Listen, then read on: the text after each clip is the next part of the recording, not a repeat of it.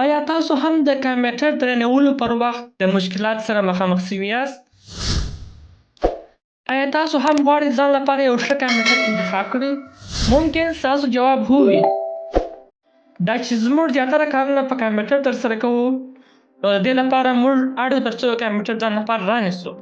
خو پوښتنه دا پیدا کېږي چې کوم ډول کمپیوټر ځان لپاره انتخاب کوم، چې د هغه ریم څو جی بي وي، هارډ ډسک څو جی بي وي، همدارنګه د هغه پروسیسر څه ماډل وي، څوم جنریشن وي. د دې لپاره ما مخکې ویډیو جوړه کړې ده، د هغې لینک به زه په ډسکریپشن او یا هم د فیسبوک د پیج په کمنټ کې تاسو ته کښېږدم. خو اوس راځو په عملي ډول د کمپیوټر انتخاب لپاره د کمپیوټر ریم، هارډ ډسک، جنریشن او ټول مکمل معلومات ګورو. نو که چیرې تاسو غواړئ دغه معلومات څخه برخمن سئ، نو مهرباني وکړئ زموږ سره اوسئ. تر ټولو لومړی چې تاسو کله کمپیوټر رانیسئ، کمپیوټر ګورئ، کله چې تاسو کمپیوټر چالان کوئ، نو تاسو د اپټون کړۍ څو ځلې کښېکاږئ تر څو ستاسو لپاره دغسې یو انټرفیس خلاص شي. په دې کې تاسو کولی شئ د کمپیوټر عمومي معلومات، همدارنګه د سیسټم معلومات، د ویډیو، د سکیورټي، همدارنګه د بیټرۍ او ټول مکمل معلومات په دې ځای کې ولولئ. خو د هغه څه وروسته طریقې ډېرې دي. دوهمه طریقه دا ده چې تاسو پر دې سپیسي باندې راسته کلیک وکړئ او بیا راسئ پراپرټیز ته. دلته به تاسو ته د کمپیوټر او د هغه وینډوز معلومات درته وړاندې کړي. مثلا زما د کوم وینډوز چې دی هغه وینډوز 10 پرو دی، همدارنګه د مایکروسافټ کمپنۍ کارپوریشن 2011، همدارنګه پروسیسر وګورئ کورای 5 دی. او بله خبر دا پیدا کېږي چې جنریشن چیرې معلومیږي او کوم جنریشن دی. دغه لومړی توری تاسو وینئ، زه بیا درته هایلایټ کړم. دغه لومړی دا د جنریشن نمایندګي کوي. همدارنګه ریم یې وګورئ، د سیسټم ټایپ یعنې څو بیټه دی، او پین اینډ ټچ یعنې زما کمپیوټر ټچ نه دی، او د کمپیوټر نوم څه د کمپیوټر معلومات شوله. دا یوه طریقه شوله. طریقه دا ده تاسو د کیبورډ څخه د وینډوز آر بټن کښېکاږئ او دلته تاسو NSINFO تلیږ او بیا د هغه څه وروسته دا اوکې کړئ. دلته هم تاسو ته د کمپیوټر مکمل معلومات راوړي، د هغه ورژن، د هغه اپریټینګ سیسټم نوم دی چې د وینډوز چې موږ انسټال کړی دی، د کمپنۍ نوم دی وګورئ، د کمپیوټر نوم دی او سیسټم ټایپ دی، دا پروسیسر دی وګورئ، کورای 5 دی، او دغه پنځه چې ماته څه مخکې وویله د پنځم جنریشن دی، او دا د سی پي یو سرعت دی. لاندې راځو مکمل معلومات دی، تاسو وګورئ دلته یې ریم دی 8 جی بي دی صحیح ده، او همدارنګه اوس فیلحال هغه میموري چې نیول شوې ده هغه هم تاسو شو کړئ، او هغه میموري چې اوس فیلحال بیکاره ده یعنې کمپیوټر کار نه ځینې اخلي هغه هم درته شو کړی دی وګورئ. هارډ ډسک مکمل معلومات تاسو ته وړاندې کوي. تاسو کولی شئ چې د هارډویر معلومات هم وکړئ، په دې باندې کلیک ووهئ. مثلا شیرینګ سیسټم یې څنګه دی صحیح ده. همدارنګه لاندې راځو انپوټ آوټپوټ او میموري مکمل معلومات تاسو ته وړاندې کوي. تاسو کولی شئ دلته د سافټویر انوایرمنټ په باره کې معلومات ترلاسه کړئ، د ډرایور په باره کې معلومات دي، مکمل د ډرایور په باره کې معلومات شوله. همدارنګه کولی شئ چې د پرینټر یا د پرنټ اړوند معلومات ترلاسه کړئ. ښه، دا یوه طریقه شوله. راځو بلې طریقه.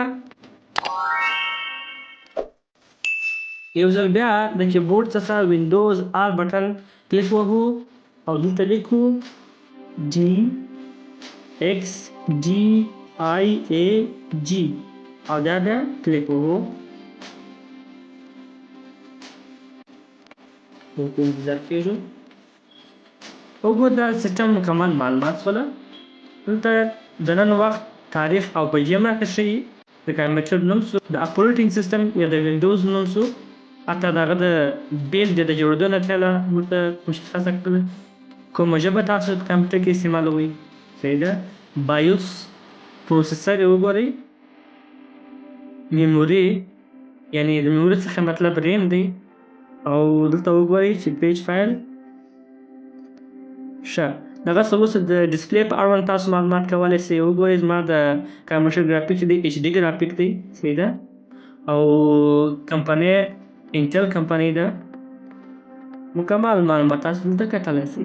همدارنګه ساوند د ساوند څخه همدارنګه ساوند دی یا آواز دغه سپیکر دی. صحیح ده چې زما د کمپیوټر 2 سپیکرونه لري او های ډیفینیشن دی. همدارنګه انپوټ دی. د انپوټ څخه مطلب هغه شیان دي چې تاسو کمپیوټر ته کیبورډ بسته کوئ یا بلوتوث چیپ واچوئ یا هم یعنې هغه کیبلونه چې کمپیوټر ته داخلي دغه په باره کې معلومات دي. تاسو کولی شئ چې دغه تر څنګ یو بل طریقه هم شته چې تاسو په دې PC باندې راسته کلیک کېږدئ او بیا راسئ پراپرټیز ته او بیا د هغه څخه وروسته ډیوایس منیجر ته راسئ. د دې ځای یس کړئ. دلته هم تاسو ته مکمل معلومات د کمپیوټر د بیټرۍ په باره کې، د بلوتوث په باره کې چې آیا بلوتوث ورته انسټال دی که نه دی انسټال. صحیح شو. دا هغه ډیوایسونه چې زما سره د بلوتوث په واسطه باندې کنیکټ شوي دي د هغه د کمپیوټر کیمره کتلی شئ. منیټر، مایک، کیبورډ مکمل معلومات تاسو دلته چې کولی شئ چې آیا زما کیبورډ ښه کار کوي که د کوم مشکل سره مخامخ دی. همدارنګه سیسټم ډیوایسز ته راځو چې په دې کې وګورو زموږ د کمپیوټر مکمل معلومات راته مشخص کوي.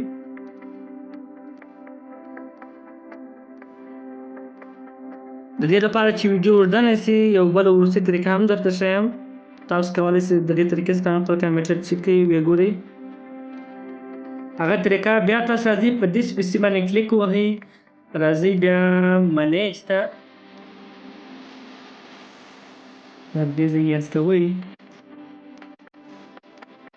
د دغه طریقې رزلټ او د مخکې طریقې رزلټ یو رقم او فقط طریقې کې فرق و. تاسو د دې ځای هم کولی شئ چې خپل د کمپیوټر په اړوند مشخصات ترلاسه کړئ.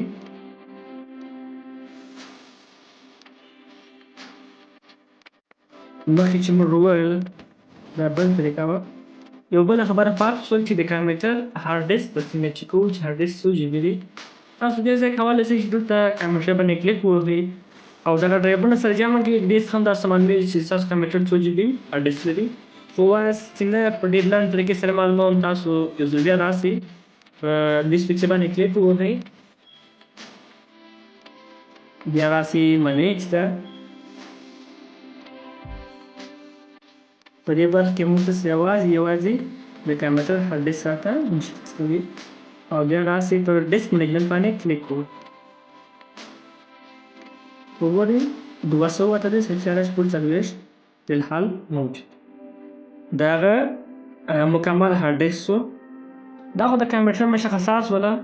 ما تاسو ته مخکې هم ویډیو جوړه کړې وه چې تاسو د کوم کارو دپاره څو GB ریم کمپیوټر انتخاب کړئ او د کومو کارو دپاره څوم جنریشن انتخاب کړئ. ټول مې درته مشخص کړي دي په دې هیله چې ویډیو د خوښ وړ ګرځېدلې وي او معلومات مو ترلاسه کړي. دغه تر څنګ تاسو باید چې د کمپیوټر سکرین کوم چې ډسپلې ده اوس چې ما دا لوګو باندې لګولې په ډیسکټاپ باندې دا به تاسو ټول مکمل سکرین رنګ ته واړوئ. بیا که چیرې کمپیوټر کې یو تور ټکی و دا هغه تاسو ته واضح معلومېږي. که چیرې دا رنګیات والپیپر بیا په هغه باندې ټیک نه معلومېږي. بیا هم که چیرې بله ستونزه لرئ نو مهرباني وکړئ زموږ سره په کمنټ کې شریکه کړئ. او که چیرې تاسو دغه چینل ته نوي راغلي یاست نو مهرباني وکړئ چینل ورسره سبسکرایب کړئ تر څو د ټکنالوژي، کمپیوټر ساینس او موبایل د تخنیکونو او ټریکونو څخه خبر اوسئ. مننه.